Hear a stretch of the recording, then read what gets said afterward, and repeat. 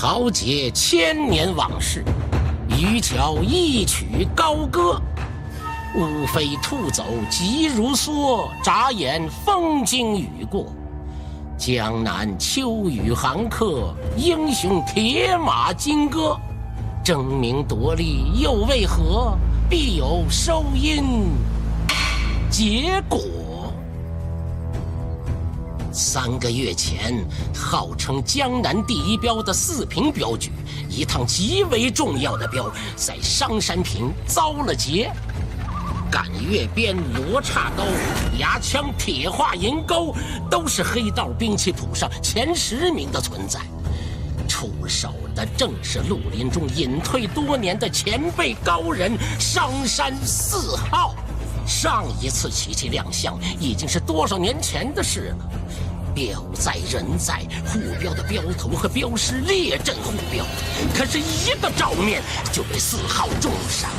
就在这危急时刻，一个名不见经传的下等镖师终于拔剑出鞘。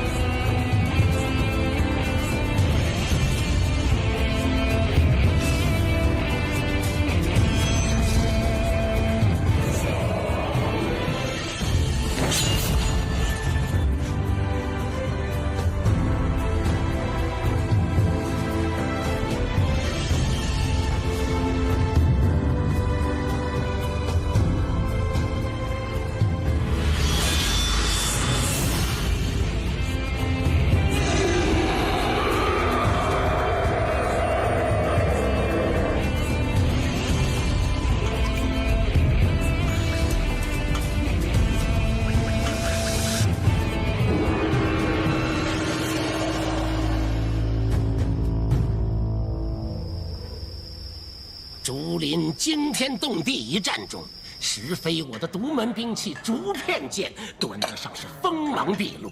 参差子母剑，2剑便是2块磁石，能在石飞我手中变化出多种形态，出奇制胜，正可谓是一剑挑4号，声名。喝茶。真没规矩。爷爷说书的时候，不要打断我。我们回家吧，爷爷。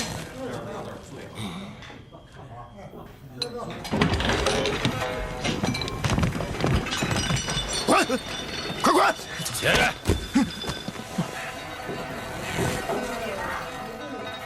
你先走。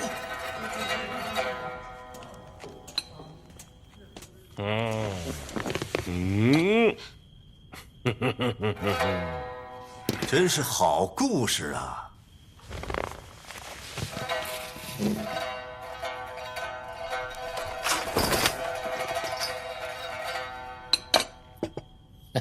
道听途说罢了，列位切莫太较真儿了。今日这书啊，就说到这儿。方才开始，怎么说完就完了呀？莫问江湖路，他乡烟雨深。老丈，可知道我是谁吗？剑南宫、刀司空，杭州2大武林世家，谁人不晓？阁下一定是彪行天下，司空局主。都是江湖人抬捧，当不得真。在家第一次听老丈说书，感觉甚为有趣呀。斗胆刘老丈再说上一段。我爷爷倦了。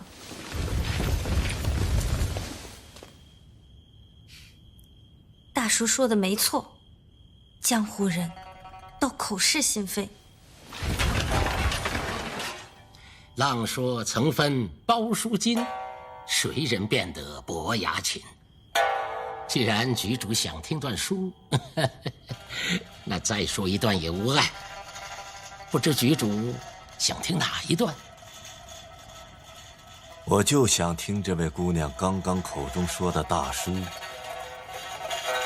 实非我。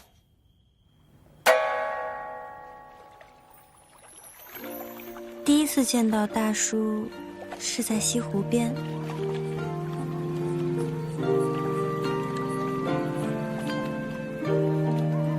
正值西湖河灯会，我陪月华和红裳儿两位姐姐泛舟，她们都为了一睹苏公子的风采，我看不见，却无比好奇苏公子身边的他。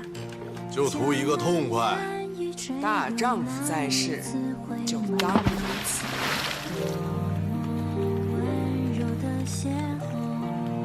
我对男人的了解，都来自爷爷的说书故事。后来我总觉得，大叔就是从故事里走出来的人。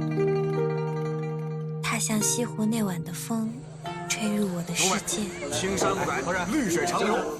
醒醒，后会有期。醒醒，好大的汗水！可不是嘛，吓得旁边都不敢坐人了。这老板担心他没钱付账，就让我过来问。这不问倒好，一问直接倒头就睡。他的酒钱我替他付了，就让他躺在那儿吧。哎，好。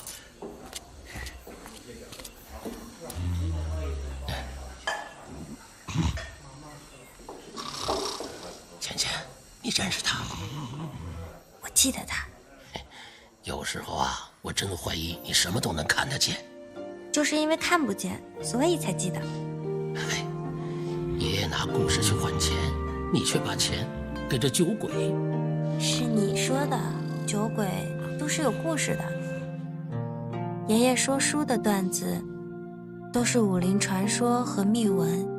爷爷说自己讲的都是真事儿，可我听过太多次后，越发好奇，越发崇拜。最后都变成了质疑。我总是想，江湖上是否真的会有那样有趣的人？我甚至会去憧憬，和故事中的人相遇会是什么样。一个酒鬼也不错，别人都说他是一个没出息的酒鬼，可我知道大叔不一样。半年后，他果然成为了爷爷故事里的人。一剑挑4号，整个杭州城都在讨论他。丫头，是你帮咱家付的酒钱。大叔，以后酒钱自己付。咱家有那么老吗？大叔，你叫什么名字呀？实非我。好奇怪的名字。一个名字而已。你明天还来吗？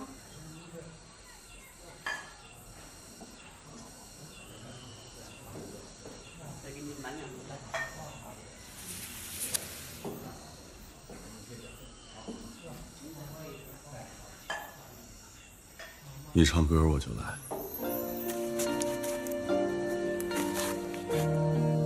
他到底是来喝酒，还是听我唱歌？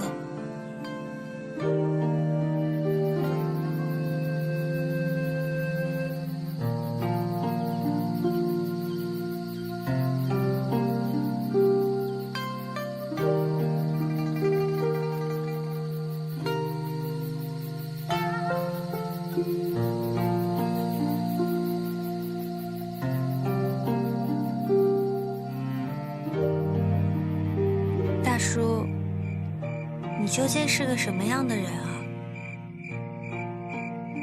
一个普通人。普通人，长什么样子？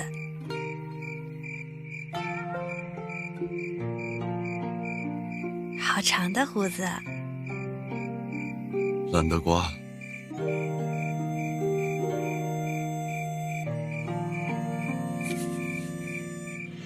浑身是伤。碍事。这是哪儿？这儿的星空很美。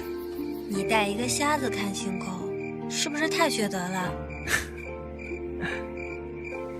对。啊，大叔，你带我来这儿，就是想换个地方喝酒吧？不是。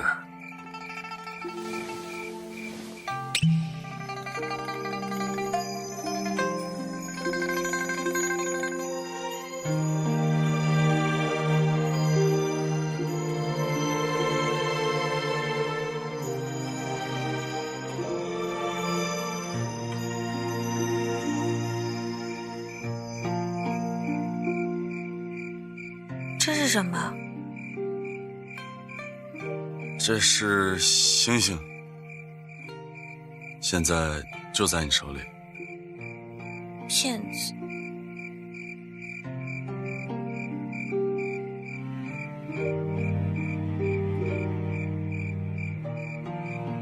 看不见，就总会想去看。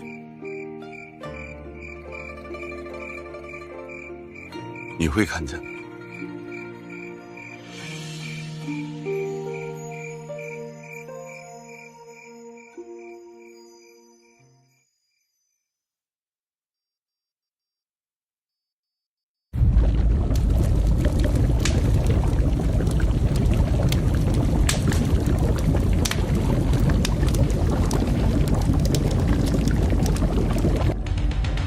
今天是我四平镖局的开国大会，在座的除了我镖局的自家兄弟之外，都是道上的好朋友。我们就大口喝酒，敞开吃肉。好！我四平镖局能够纵横江湖30余年，都是道上的朋友们多多赏面。希望日后大家继续不离不弃，护佑我们。镖局的各位兄弟，为我们四平镖局出生入死，在此，司空平拜谢各位。局严重了，开锅！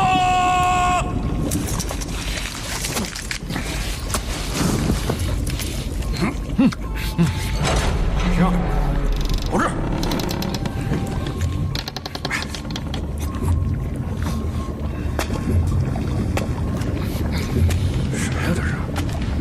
这是何人啊？这样，这是来这里的无非就想封口肉吃。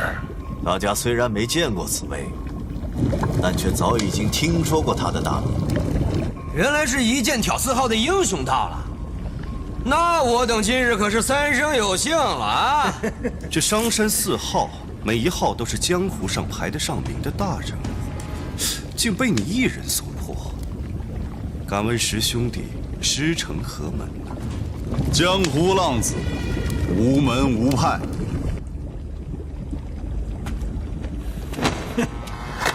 师兄弟，也想分骨头？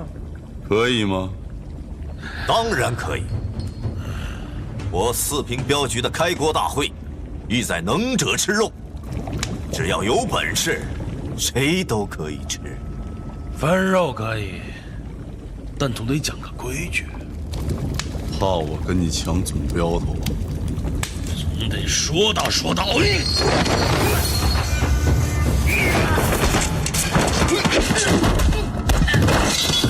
承让。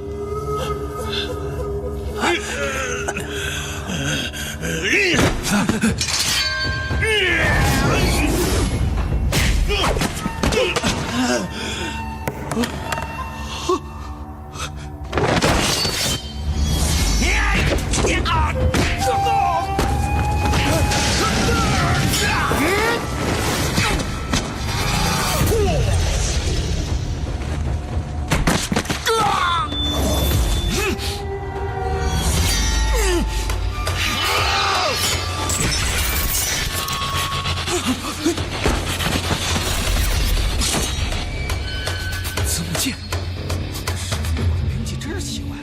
象剑飞剑，4头肥的火。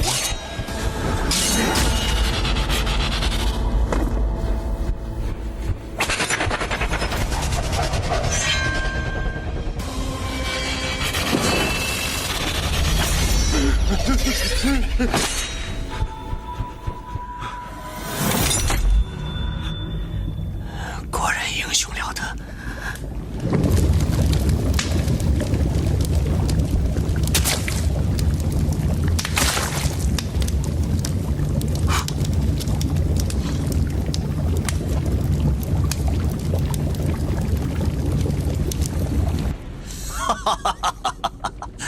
师兄弟，好身手啊！司空居主，我已经吃上这口肉。按照规矩，师兄弟不必多言。四平镖局是个讲规矩的地方，大家能在一起吃肉，就是自己人。老夫也自然会给你一个说法。今日起，师兄弟便是我镖局的镖头，与众位镖头平起平坐。师兄弟，你看可好啊？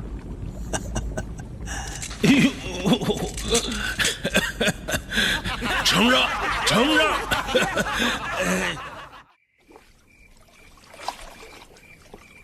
大叔好像不开心。你怎么知道？你真正难过的时候是不喝酒的。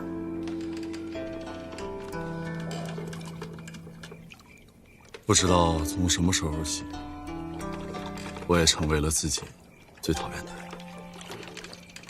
讨厌的人？对，跟路边抢骨头的野狗没什么区别。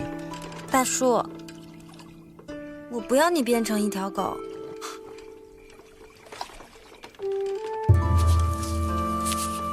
如果我不是你想象中那样的人，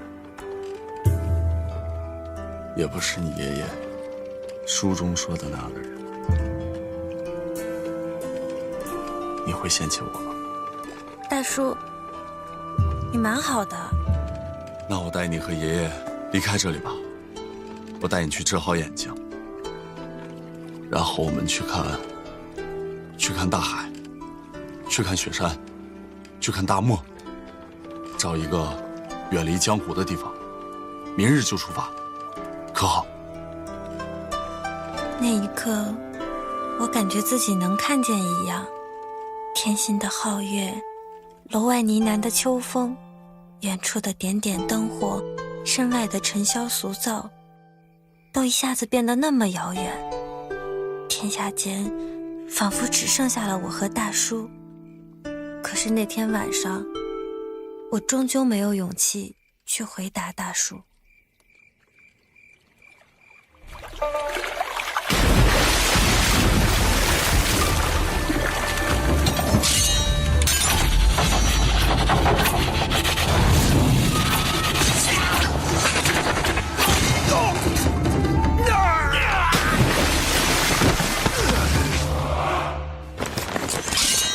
我有几个朋友来找我。大叔的朋友很热情啊。小地方来的，没什么规矩。お前は宝をどこに隠してやがる。それはお前のものではない。死にたいのか？お前は誰だ？哼！一斉にかかれ！お前は誰だ？一杯加えてみてえのか？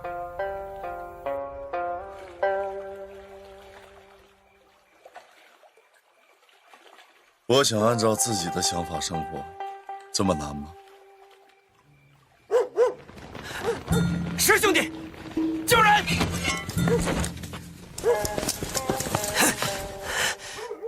师兄弟，你没事吧？你怎么会惹上扶桑人？陈年往事了，不提也罢。这么说来，实非我离开杭州前，那些扶桑人都是来找他的。你知道的应该比我多。那日在开国大会，他虽然刻意隐瞒自己的本门武功，但是我仍然从他的功夫和武器上看出那是扶桑的二刀流。现在想起来，真是居心叵测。是啊，早就看出来了，很奇怪。原来那死非我是扶桑人。大叔不是扶桑人。你怎么知道？我就是知道。哎呀，咱们都是来听故事的，哪里管得了那么多呀？姑娘，难道你就不想知道他是谁吗？我也想知道，他到底是谁。1个月前，我四平镖局委托了一单镖，给石飞我押送。大家知道，这一单镖押送的是什么吗？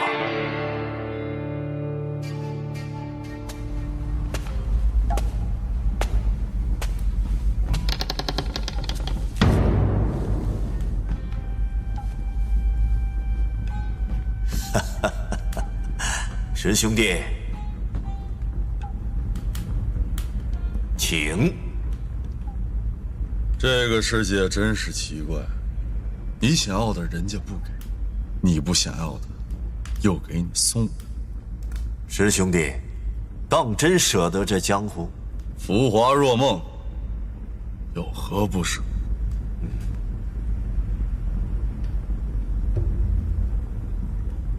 师兄弟，老夫知道你有一位红颜知己，叫浅浅，可惜是个瞎子。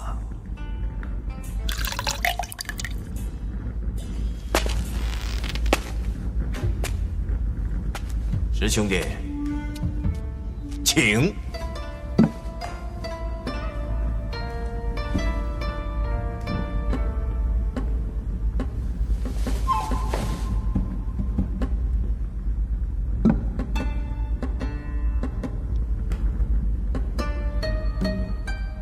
司空局主，此言何意啊？我有办法医好浅浅的眼睛。局主，有话直说。好，师兄弟如此爽快，那我就直说。镖局里有一趟镖，你要是能护得了此镖，四平镖局必将心服口服，奉师兄弟为总镖头。如何才能治好浅浅的眼睛？老夫与那诡异杜仲有交情，可以为他换一双眼睛。你可骗过我一次了。师兄弟，你知道我这次要你押送的是什么吗？有什么关系吗？神龙令。在哪儿？川西打箭炉。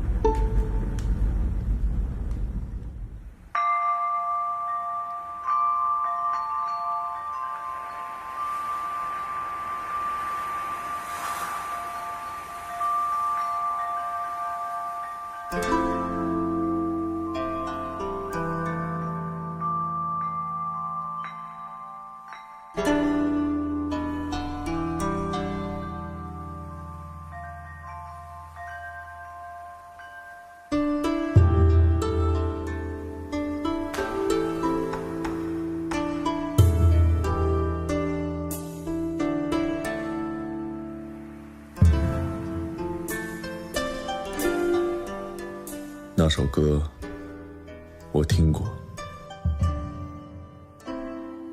是别的女孩子唱给你听的吧？大叔留这么长的胡子，就是为了让别人认不出你？我信不过别人拿刀对着我的脖子。那你就不怕我伤着你？这不是刮得很好吗？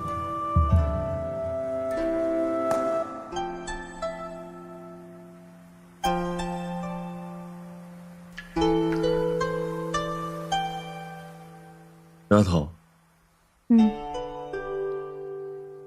我要出趟远门。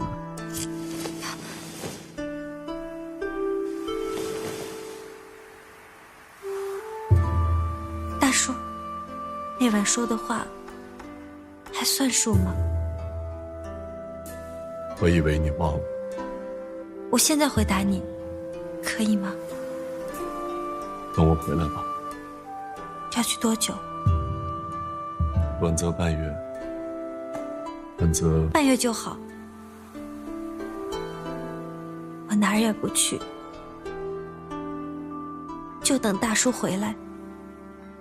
如果我知道大叔这趟镖是为了给我一双眼睛，我一定不会让他走。现在看来，此子狼子野心。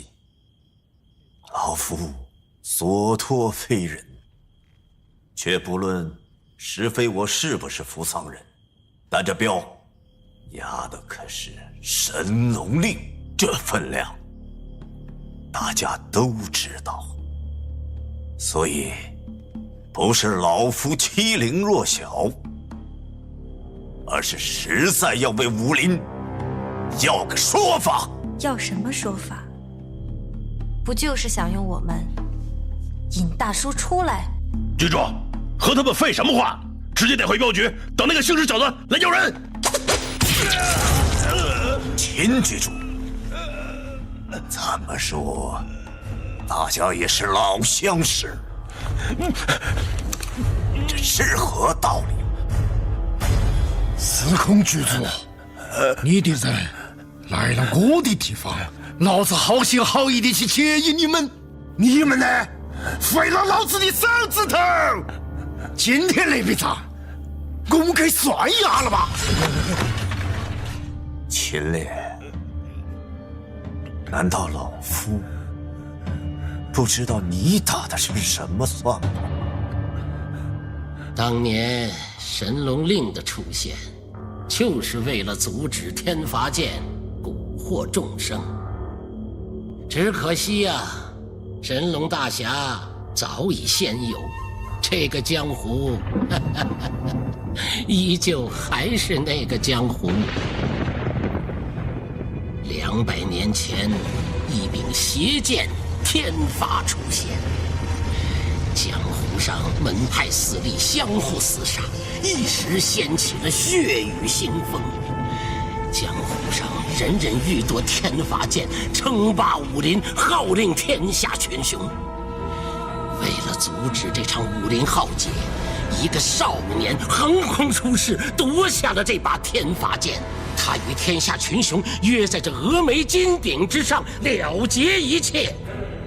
那日佛光出现的同时，那个神秘的少年龙一终于出现。少年龙一以一对群雄，最后击败天下高手，阻止了这场武林浩劫。龙一最后拿出一块玄铁令牌，此令名曰神龙。与天下英雄约定，见此令，神龙门有求必应，专管这武林之中不平之风波。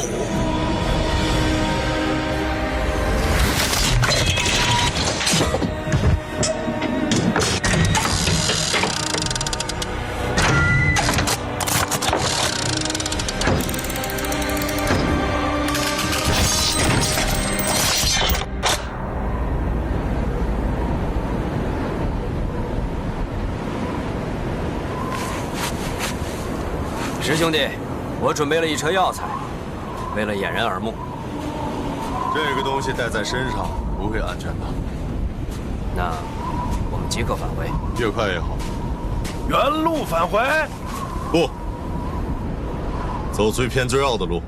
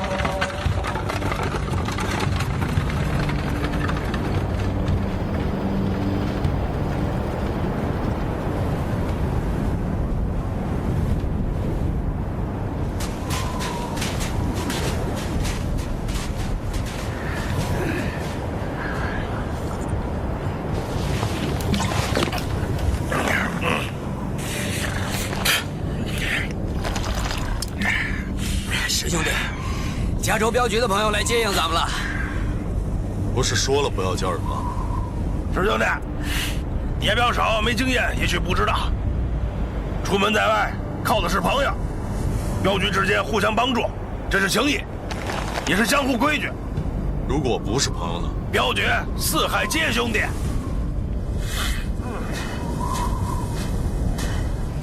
师兄弟都绿了，进了藏区以后，要是没人带路，很快就走丢了。走，得字的就围了。啊，兄弟伙们，走车劳顿辛苦了，起！有劳了，跟上，起！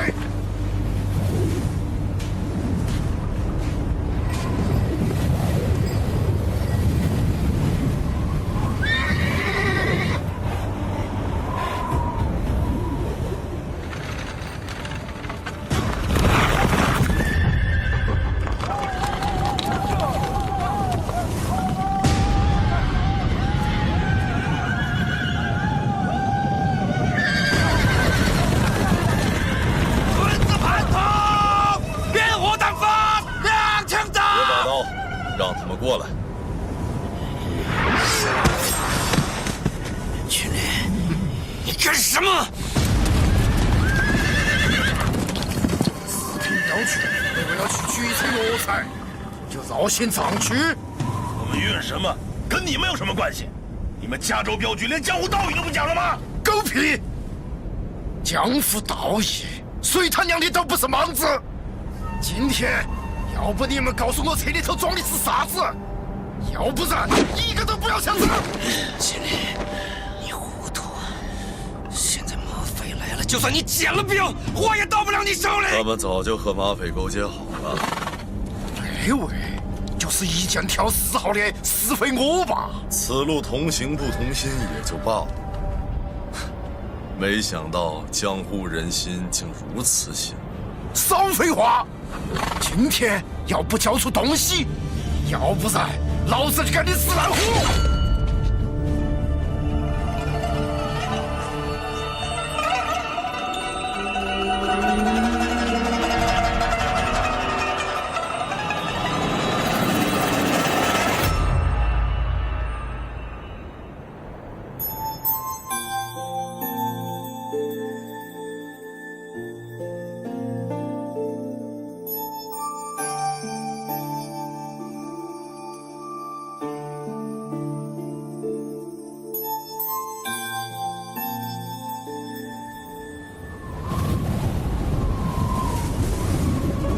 没想到这趟镖竟如此凶险。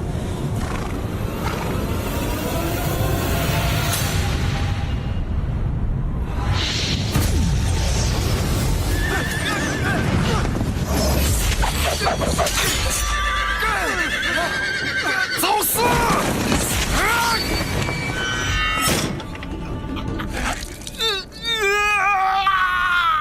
走吧，你们有意害石某性命，石某却无意杀你。你想咋子？此事细末，我不会和司空居主言语，一切就当未发生过。江湖再见，走！断子之仇，老子还没有找你算账呢。今天你他娘的要把劫镖的死盆子扣在老子的头上！逮到石匪我，自然见分晓。用不着，来嘛，我们手底下见真章！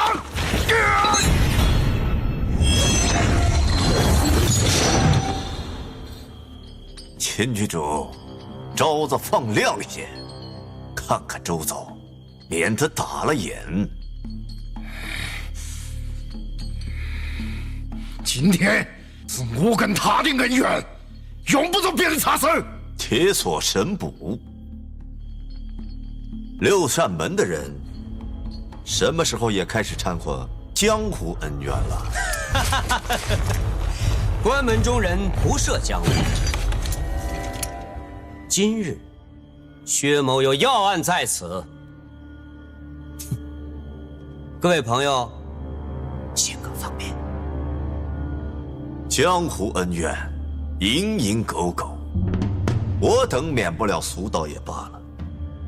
没想到六扇门的捕头在的同时，七杀山庄的庄主百里无赦也露面了。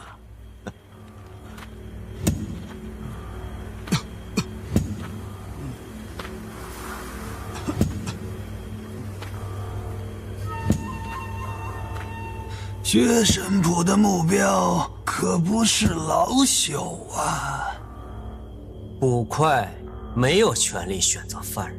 我一人不代表任何人，只是一个送黑发人的白发人。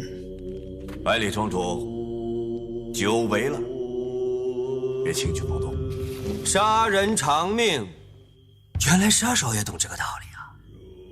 司空局主，杀我儿子的人在哪里？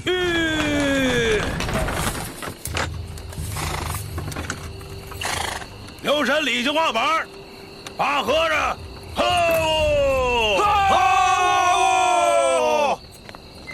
什么？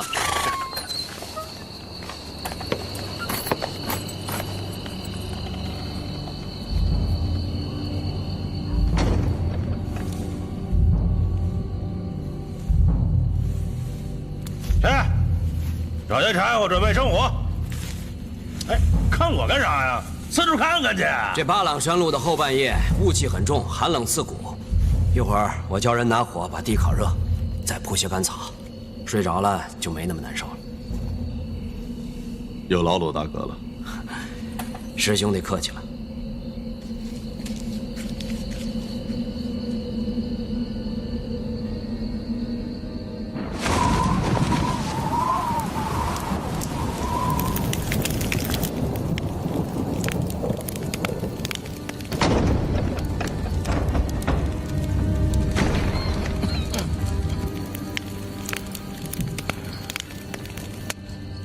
此处已经有人了。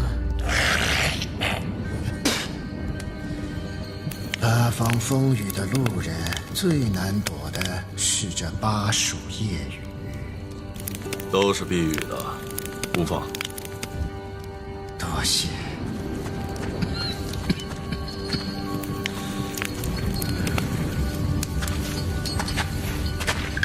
请问兄长，因何带着刀剑，做什么生意？你也背着刀枪，做什么生意？我以长息之人，这花枪入不了你的眼底。萍水相逢，便是缘。自便。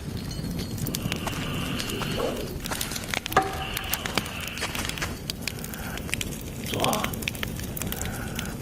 哎，说来就来，这邪乎劲儿。这荒山野岭一见破庙，日后就成了你的。我说你了吗？我说的是雨。荒山野岭的装神弄鬼。朋友，何至于此？哎，兄弟们！哎，兄弟们，外面的雨太大了，哎呀，我就找到一户人家，就弄了点粗粮。石镖头，也吃一口。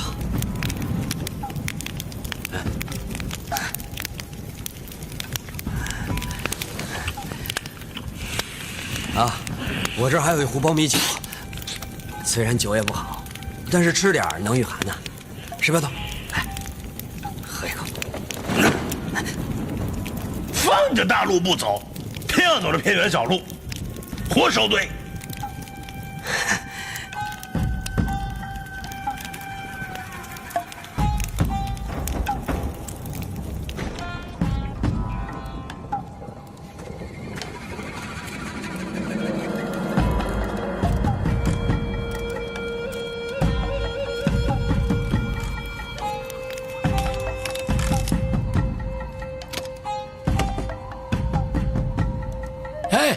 哪位客官要吃担担面喽？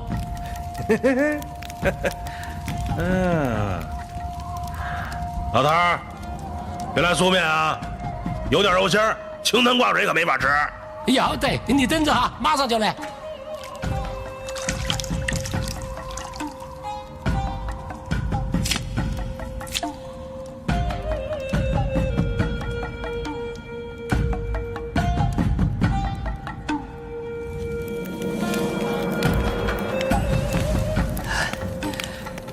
石镖头，吃口热乎的吧。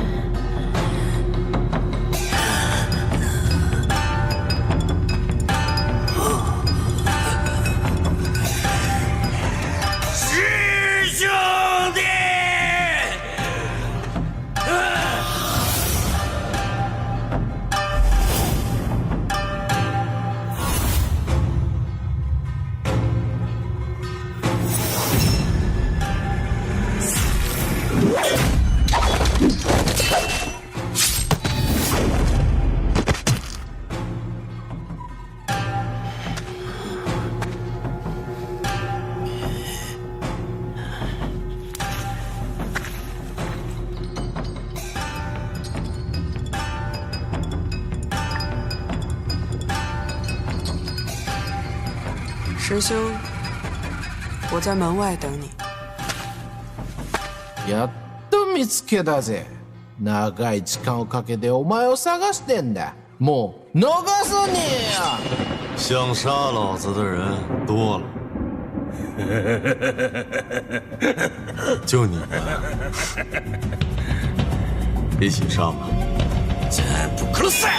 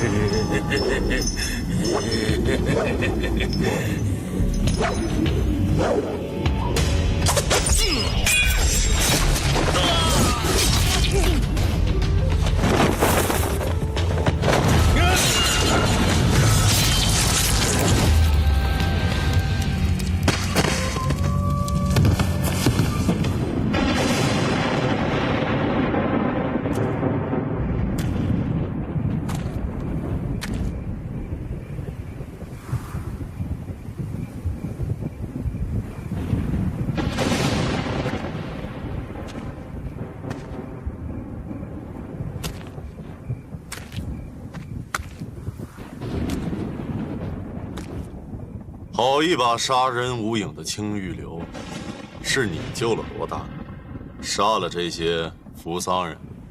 也不全是，这个小姑娘也出了不少力。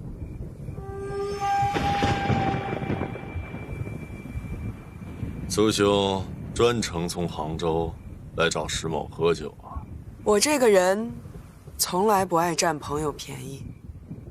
刚刚你解决那帮扶桑人，费了不少力气，我也出些力，帮你解决些问题。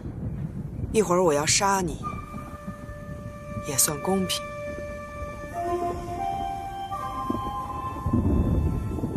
退下吧，今晚的事儿不用你插手。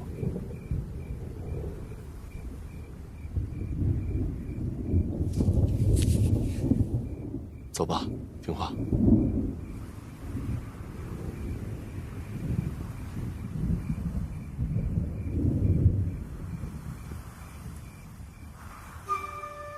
此刻，我应该称呼你苏兄，还是称呼你七杀公子？爱丽长生。你为何叫自己石非我？因为我不知道什么时候才能做自己。那我比你强，我还是叫苏少友吧。这是我曾经很重要的一个人给我起的。对于你我而言，一个名字就是一种人生。杀石某的活儿是苏兄自己选的。难道你这一生都是为自己而活，为自己拿剑？人啊，最无奈的就是没有选择。但这一次，我答应了一个人，要回去。今夜你我，总有一个人要解脱吧。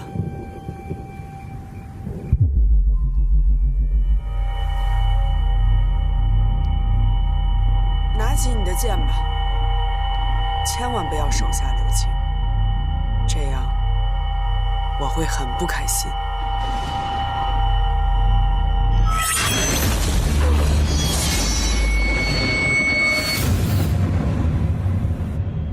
是石非我杀了我儿子。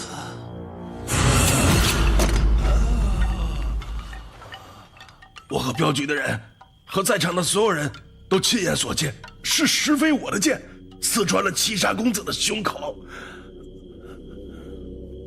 天不佑我儿长生，奈何？百里庄主节哀呀！今日我要的是石非我的命，旁人无关的都走吧。百里庄主，你未免也太霸道一些了吧？哪个晓得你是不是明道为你儿子报仇，实际上是为了得到你神龙令？百里庄主手下留情。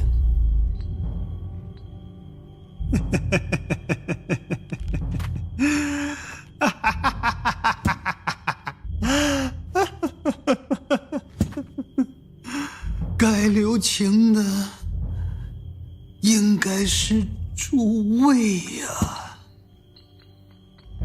神龙令也换不回我儿子的命啊！请诸位，我要致以一个父亲的信。听说你能等来石非我？老先生，我替大叔还你儿子的命，可好？不着急，不着急。今夜他不来，我就只好杀了你。为什么你们都不肯放过他？石非我是我的犯人，我一定要带他回六扇门。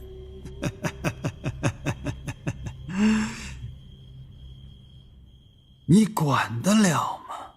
成。朝廷不想管的事情由着你们闹，朝廷想管的事情就一定管得了。他杀我儿子的事儿，你打算怎么管？你们可知道为什么那些扶桑忍者要来找他？这个世界上，只有他知道七海贼王那富可敌国的宝藏，事关江山社稷。你们想跟朝廷作对啊？一笑弹动90城，那是3年前的事儿。纷乱的南海七岛，盘踞着海盗和倭寇，他们被一个叫萧谈笑的男人统一了起来，自称七海贼王。这七海的财富被萧谈笑搜刮囤积成了惊世的宝藏，朝廷自然无法坐视这股海盗的猖獗，参与了那场海战。在神龙大侠龙八的带领下，官军武林人士对贼寇们进行了清剿，是一场惨烈无比的战役。从正午持续到了日落，死伤无数。七海贼寇从此灰飞烟灭，一代枭雄萧谈笑也被龙八诛杀。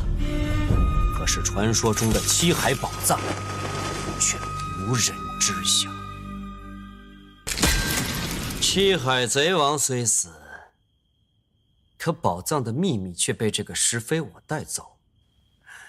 扶桑人一直觊觎着宝藏，所以才会跟踪他来到中土。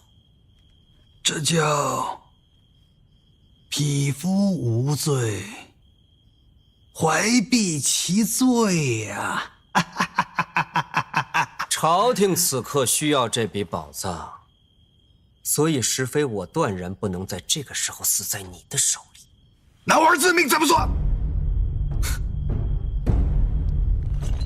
朝廷律法自会给你交代。如何信你呀？相信你们也收到了那个人的信。石飞我今晚一定会出现。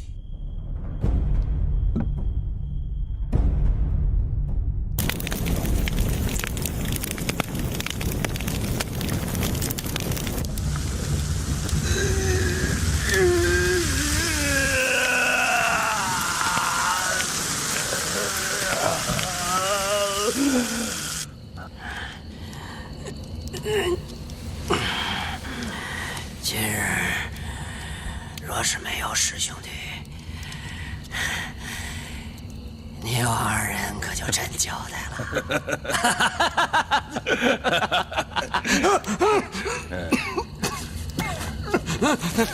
这趟镖的杵，大家掰了吧。师兄弟，你这是何意？这趟镖太凶险了，再走下去，我们都会死，但我非去不可。你不会是想一个人拿着镖跑了吧？翟镖头，石某下次再难护你们周全了。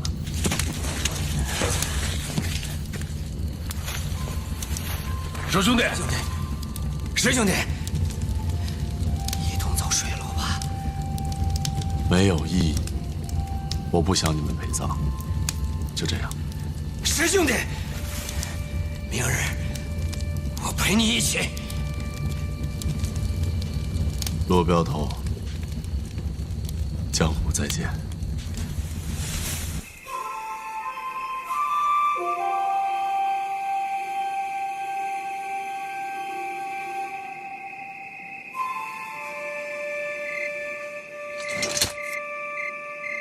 名将何须作陈念？长生不必添甲年。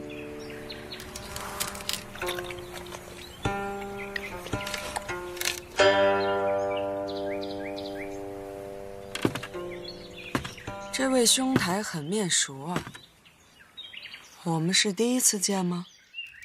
不重要，有酒吗？我不用晚喝。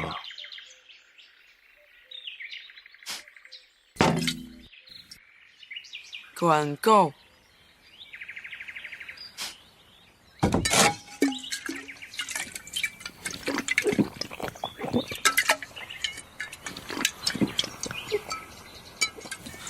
喝酒，不看喝什么，用什么，重要的是为什么喝，和什么人喝。我猜你喝酒的原因一定跟我很像。你话可真多呀！我看你也不像个读书人。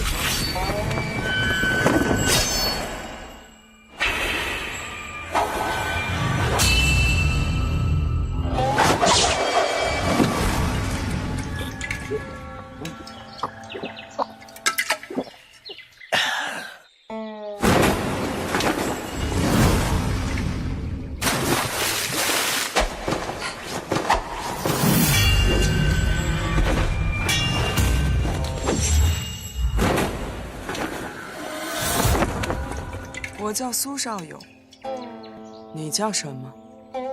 我都没想好自己还能是谁，所以叫什么不重要。此时非我。好，就叫石非我吧。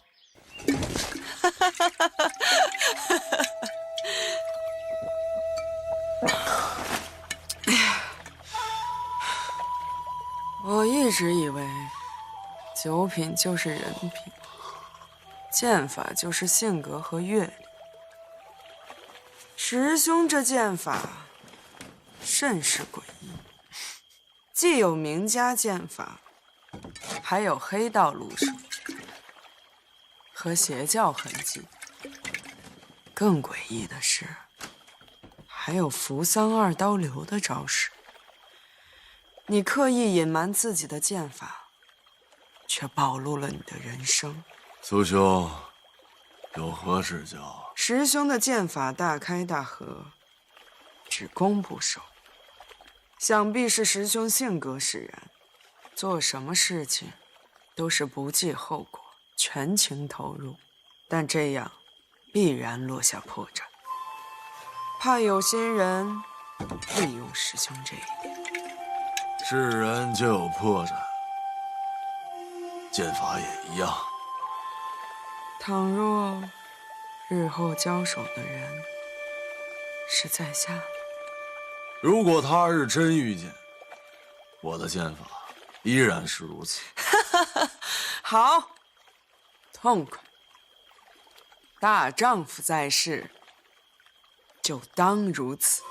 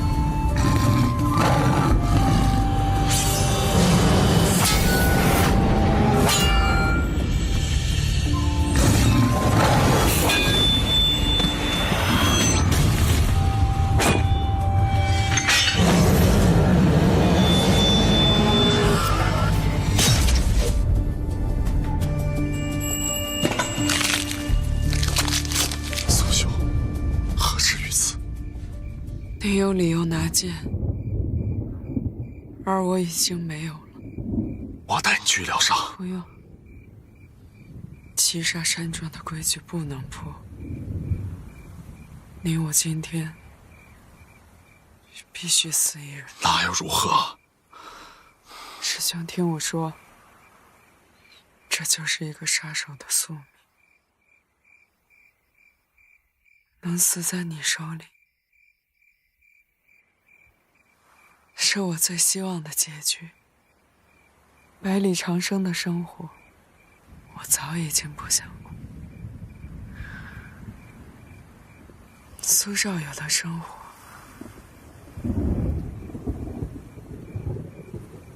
我也无法选择。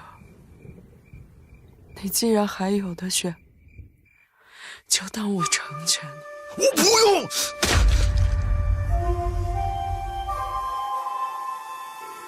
这趟镖不能走，你的身份已经暴露，放马滩已经来了太多人。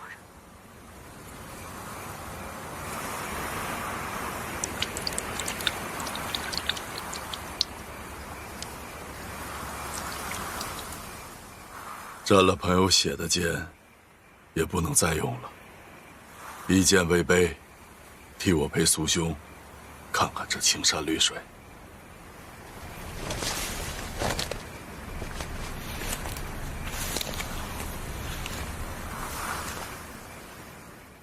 得失不过2分意，去留至随1寸远。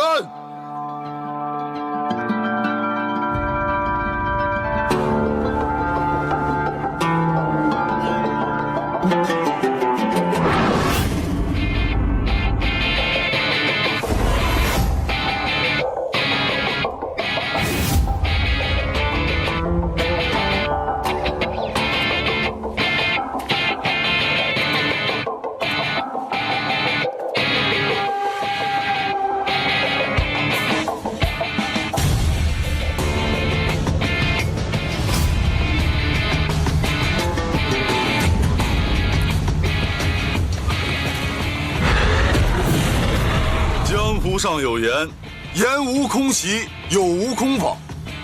诸位是冲着时髦来的，还是冲这个东西来的？谁来说个章程啊？我。你是冲人，还是冲货？我每日挥刀400下，就为今日一战成名。你的剑呢？我找不到拔剑的理由。狂妄的很呐！今个我就用这个刀背子扇你那个耳光子呢！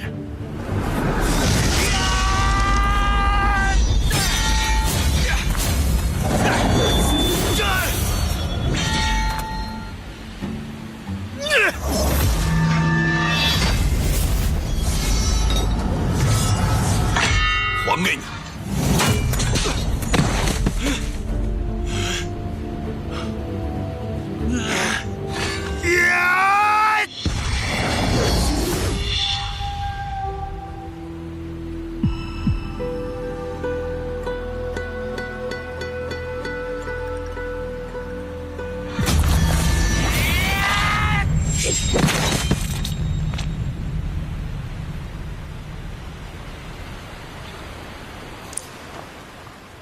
此胜足矣。我败了。你可知道，今日此剑拔出，就在那收获？知道。冰姬就是想让主人拔剑。为什么非要逼我？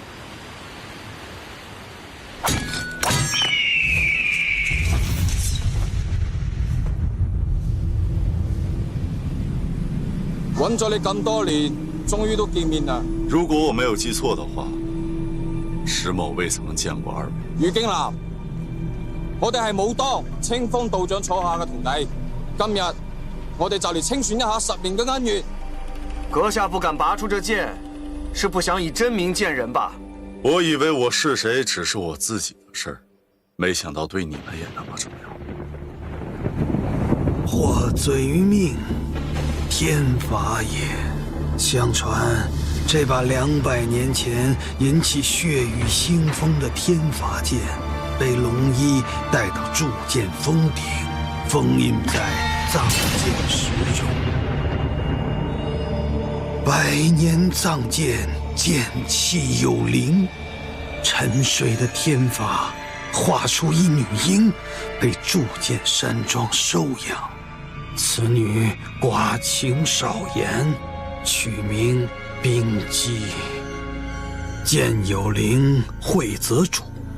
老夫有幸参与了6年前的明剑大会，那天的铸剑锋石破天惊，天罚重现人间，所有人为了这柄邪剑打得不可开交，却不想天罚剑被一个叫于金兰的白衣少年拔出。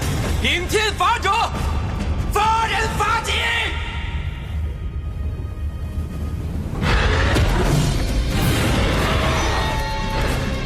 于金兰入了魔，血洗了整个铸剑锋。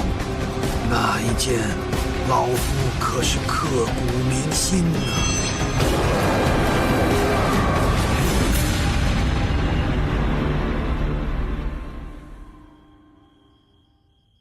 莫非那个死飞蛾就是天罚剑主于金兰？说起来，这小子倒也算个人物，因为这天罚剑被江湖各派追杀，直到武当派掌门清风道人出面，与于金兰约在长安的一笑阁比试取剑。这清风道人乃是武林的泰山北斗，他担心于金兰这小子年少气盛，死在这复杂的江湖争斗中，于是他提出了与他比试。哪知这小子不识好人心，在比试前的酒中下入了化功散。可江湖上的事儿就是这样，就算明白也必须不明白。也罢，无非就是想替清风老道拿回面子，何须这般虚头？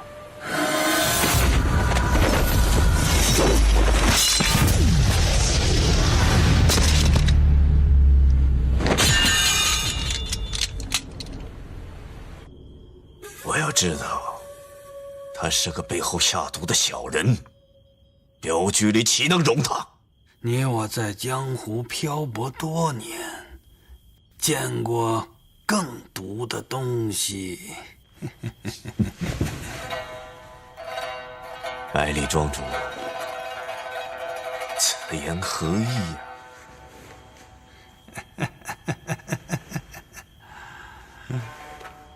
大家各怀目的，与其藏着掖着，不如大胆地说出来吧。什么意思啊？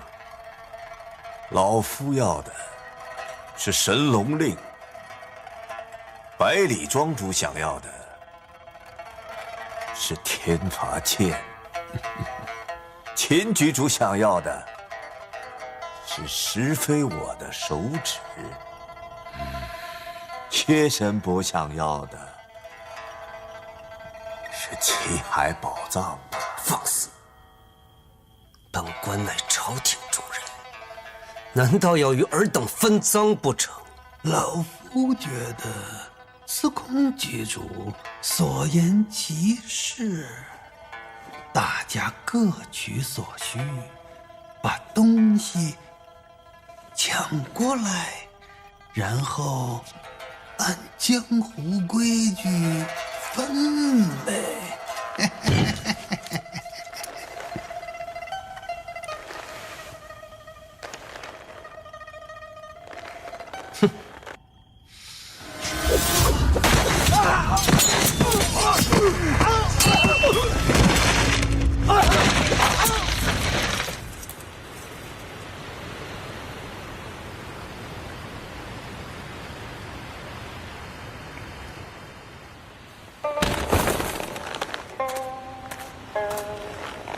你是谁？为什么穿着这副铠甲？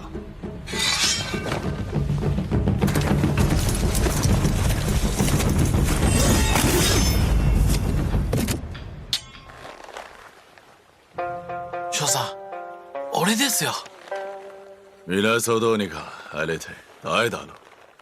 少佐、俺た兄弟たちは7つの海も駆け回り、楽な暮らしを知ったじゃありませんか。たとえ六門と神龍門の人が喧嘩を売ってきても場所を変えればいいんじゃ。なぜ我らを捨てるのですか。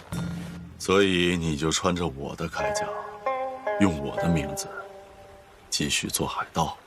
俺らも飯を食うために。说起来也是我连累了兄弟们。走吧，以后好自为之。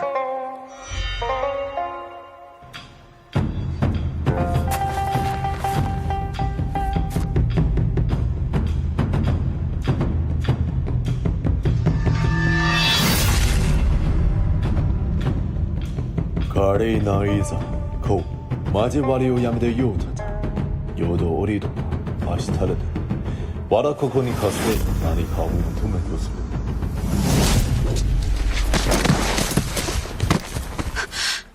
兄弟たちの宝どこに隠してやれ。まだ剣を持てんのか。伤无主者死。かかれ！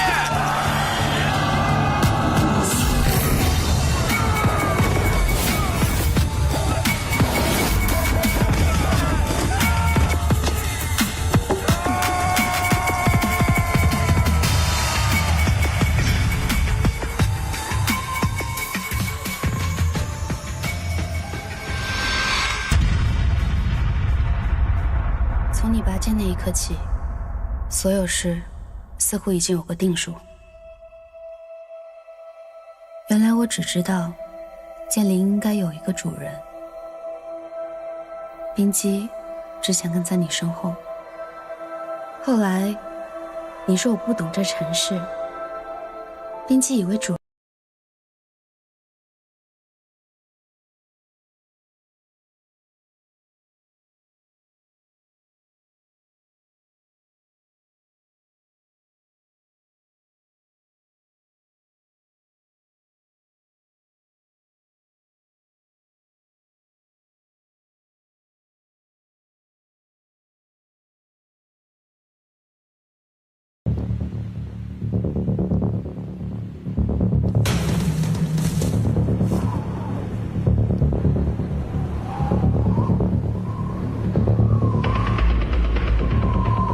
剑来！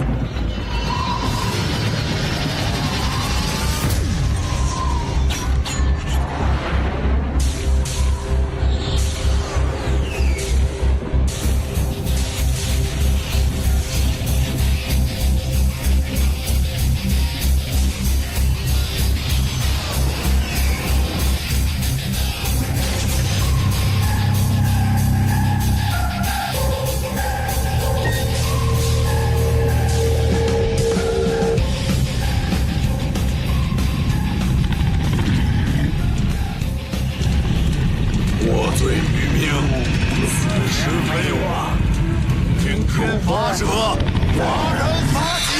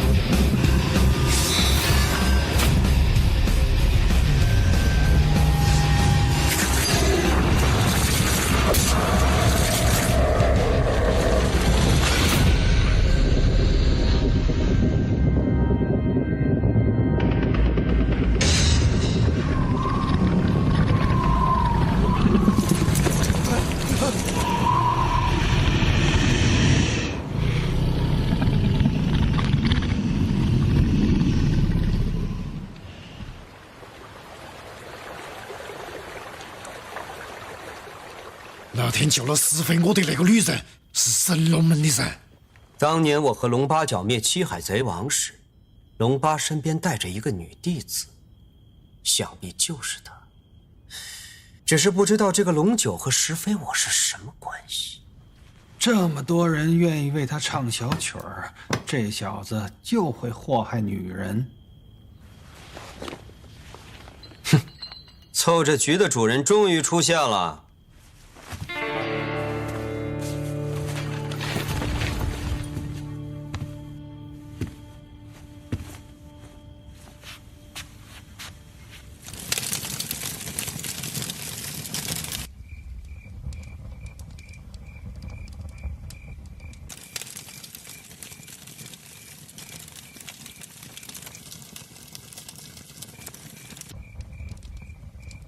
在沙漠时，我已经用琴声提醒你不要再走下去了。为什么我们非要这样见面？你这不是又救了我一次吗？你要是早说，把那些倭寇和海盗抢来的宝藏散给百姓们了，我师父也不会伤你。那我的努力不就白费了？冰姬是天罚剑灵所生。鬼的剑等于杀了他。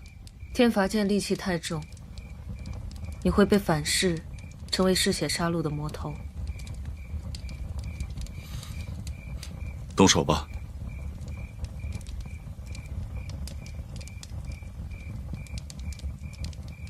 我带天罚剑回山中，不再出世，绝不伤他分毫。我已经抛弃过他一次了。你带着他，江湖不会放过你们。非要见毁人亡吗？好，你带冰姬走，但是神龙令要暂借我一用，我要用它了结一桩事儿。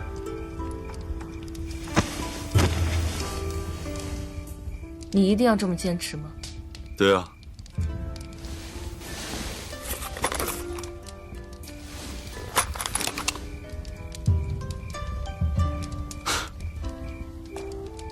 王图霸业笑谈中，机关算尽，一场空啊！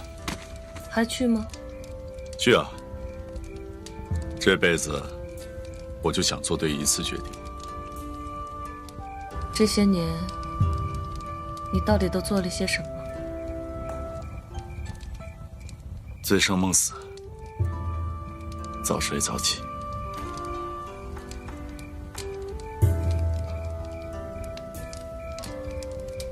此刻，你到底是花错，还是石非我？此刻，你是苏软儿，还是龙角？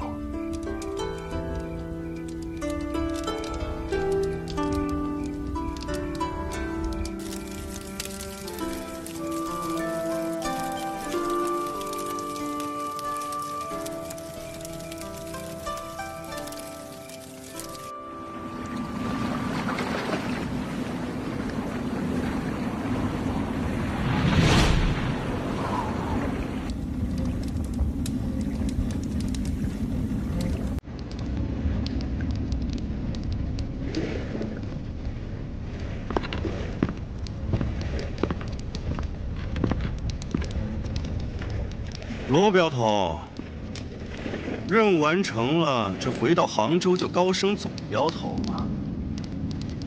为何心中不悦？这一路上都是石兄弟在保护我们，现在我们却拿他当挡箭牌，在下心中实在是过意不去。罗镖头不愧是江湖老何呀！老话说“兴家尖，赛神仙”，这戏都演到我这儿来了。罗镖头，干好货，千万别有差池。花公子放心，货在下一直带在身上。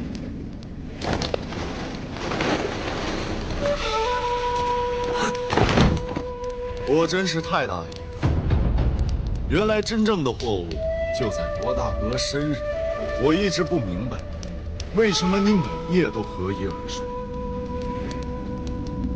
没想到司空局主居然请出了花大少，在这儿玩螳螂捕蝉。这镖只要到了司空局主手上，谁送都一样。这趟镖不同。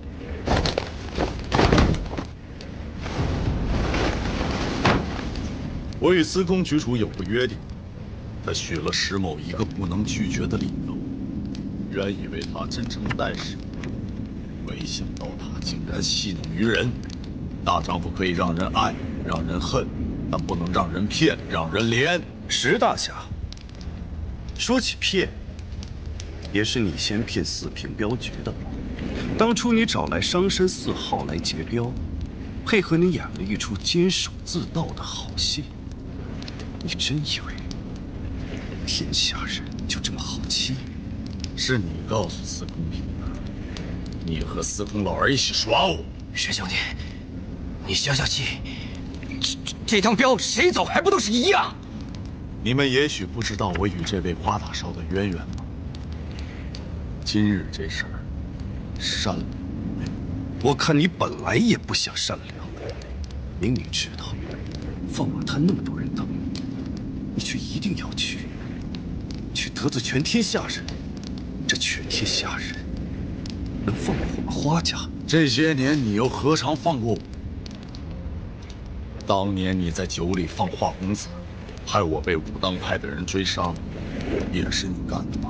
你在长安城沦为丧家之犬，最后不也逃回花家避难吗？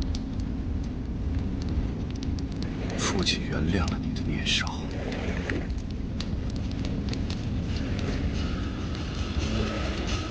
可你却……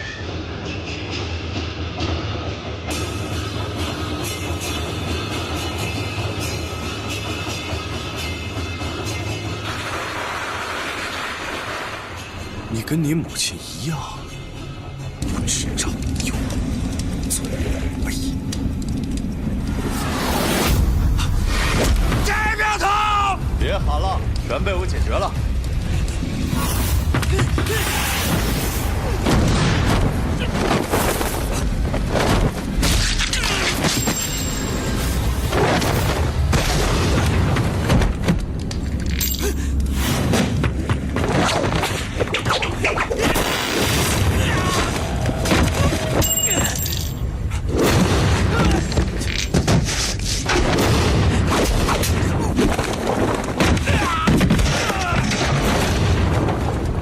花大少，你家的功夫练得不到火候啊！石飞我是你们花家的吧？不错，是我们花家二少爷花错。那他惹的事儿，你们花家都得管吧？司空局主此言差矣。此子早就在7年前叛出我花家。花大少，四平镖局的人说你是最后一个见过石飞我的人。本来大家应该到花府要人，你却要大家来这湖畔居，说今晚会交出石飞我。此言当真？一会儿自然给你们个交代。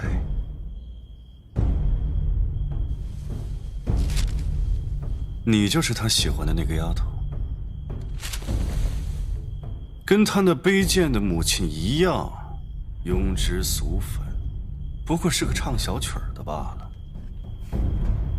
原来给大叔唱小曲儿的是他母亲。如果说让你为石飞我死，害怕吗？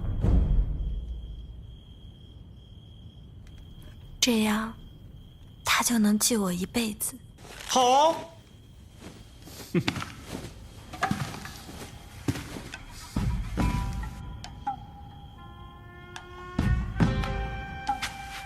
杀死你，石飞我才能安心回花家。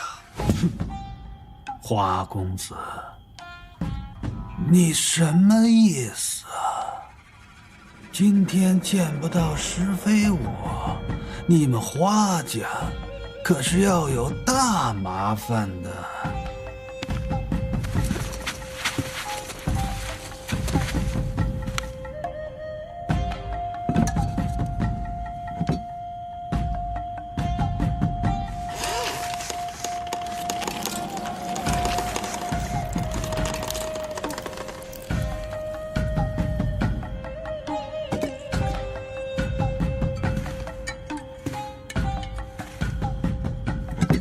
百里庄主，你这是在威胁我？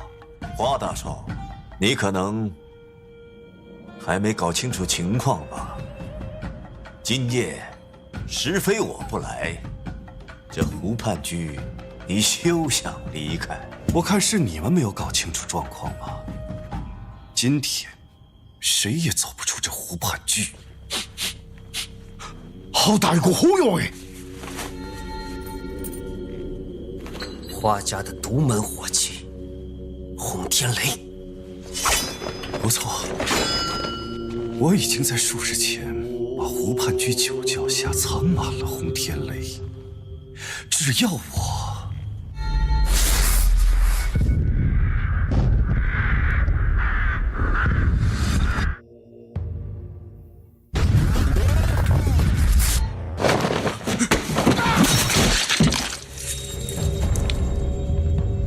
别费劲了，逃不出去的。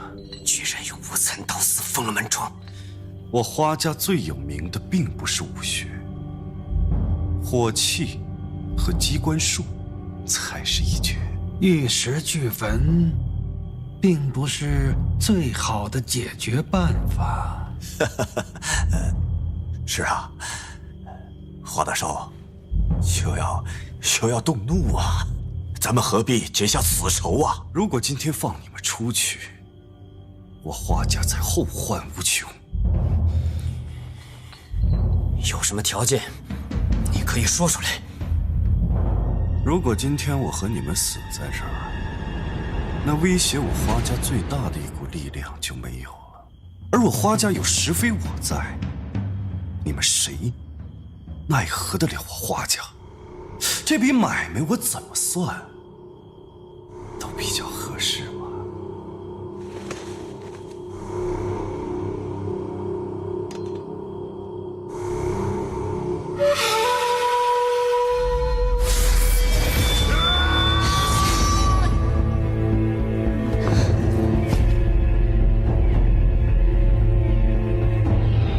大叔，你不该回来的。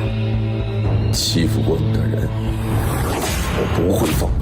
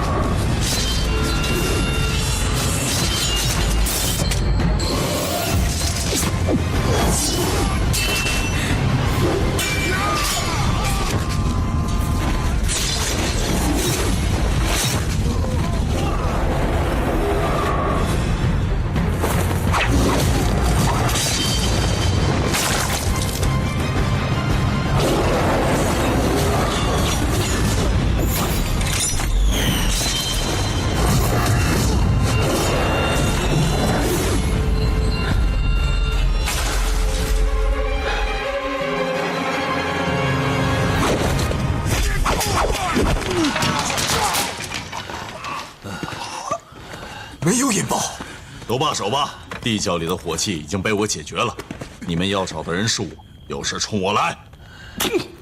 糊涂！你知道你在干什么吗？老子的事不用你管，石某马上就要退隐江湖了。今夜过后，我与诸位再无瓜葛。你们要的东西就在这儿，我一次性还给你们。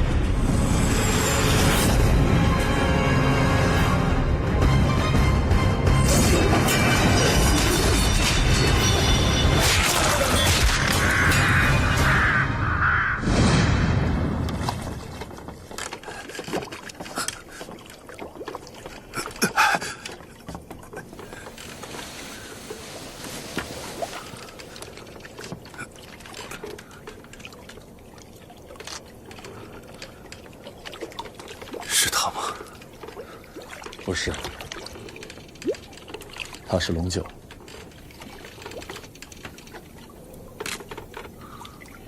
他很像我曾经的一位朋友。七爷、芊芊，你们上船等我。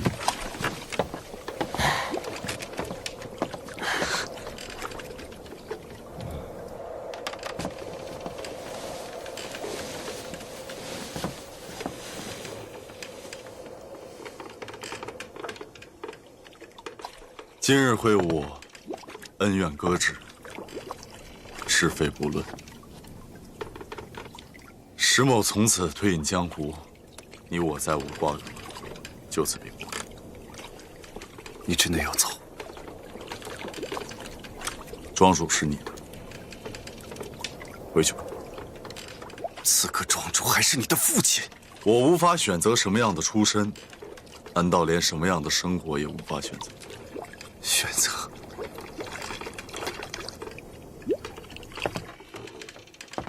你知道你刚刚选择了什么吗？难道你真的要一步错，步步错吗？你能为华家死，浅浅为了什么？你恨我可以，但是你记住，你始终姓华。不可以，我宁可把这个姓氏还给你们。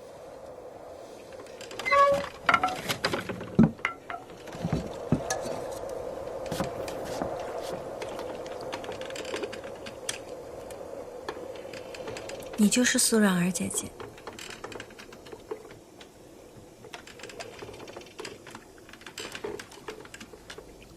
那是以前的名字了。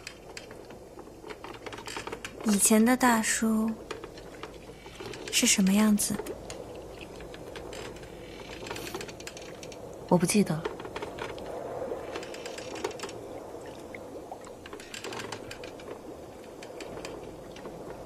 我们会去哪儿？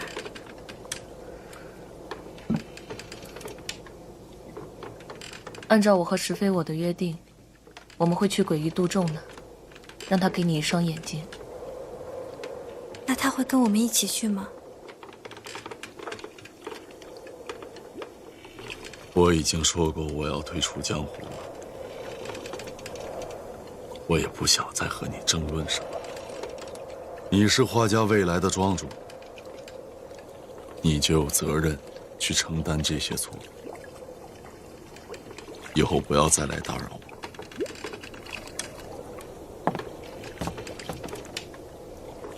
我怕吓到芊芊。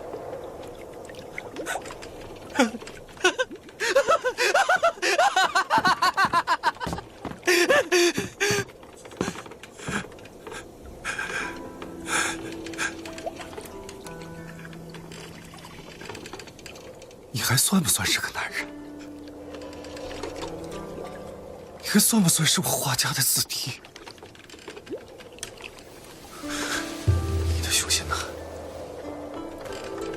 你的英雄气概呢？就因为一个低三下四的女人！你再侮辱芊芊半个字，我不会放过。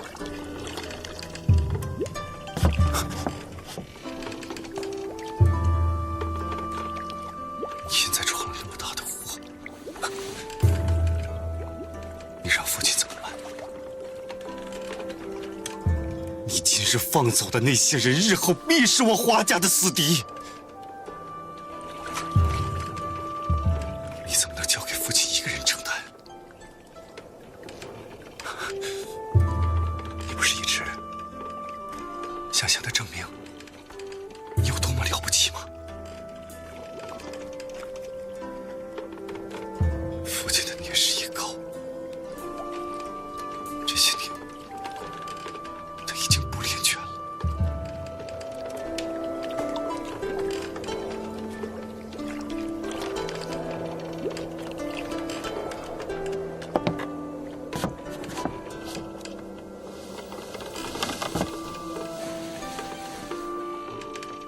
大叔，你来了。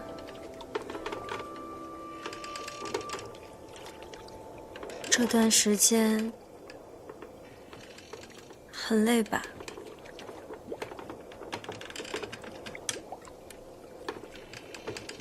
要是太累了，你就不要说话。其实你不知道，浅浅是能看见的。我能看见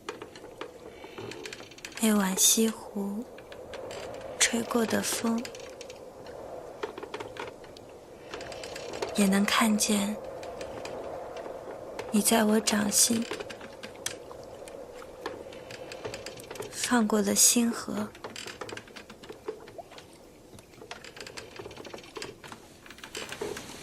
我能看见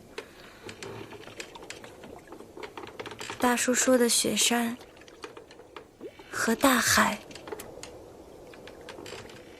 更能看清谁是好人，谁是坏人，谁真心待浅浅好，只是遗憾。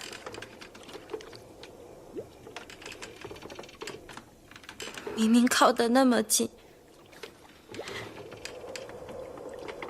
我却看不见你的脸。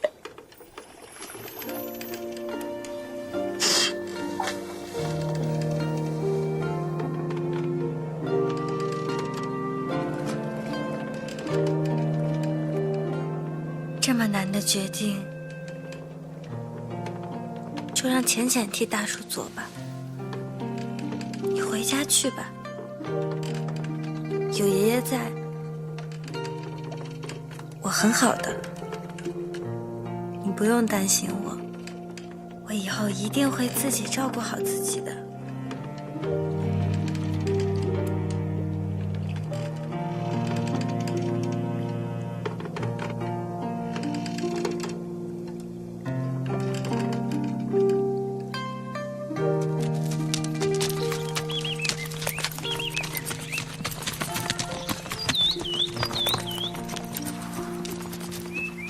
你不想带她走，是因为不想让她成为你母亲那样的女人吗？我是不希望自己成为你们希望我成为的人。走吧，处理完这一切，我只想做回是非我。这，你以为你想做回是非我，就能做回是非我了吗？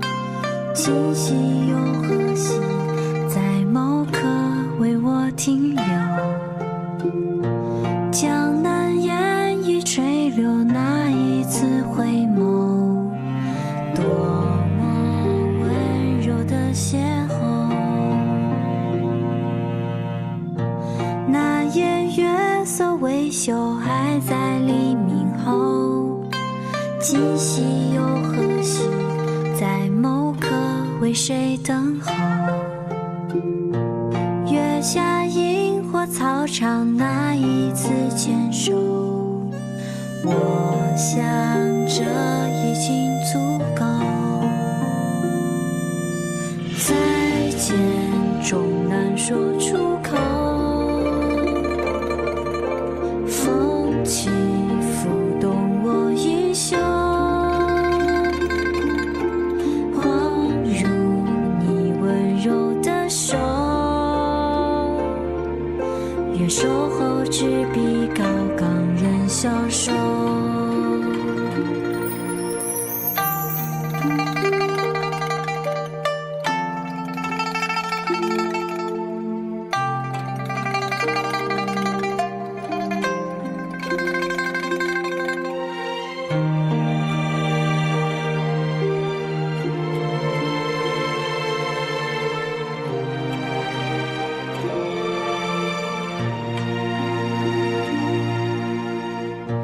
今夜风月相思，人与灯依旧。昨夕又何夕，自古情深人不寿。江南秋雨寒客，鉴别女儿愁。你说这已经足够。再见终难说出口，风起拂动我衣袖，摘下那一颗红豆，愿相思飞越山河，找到你。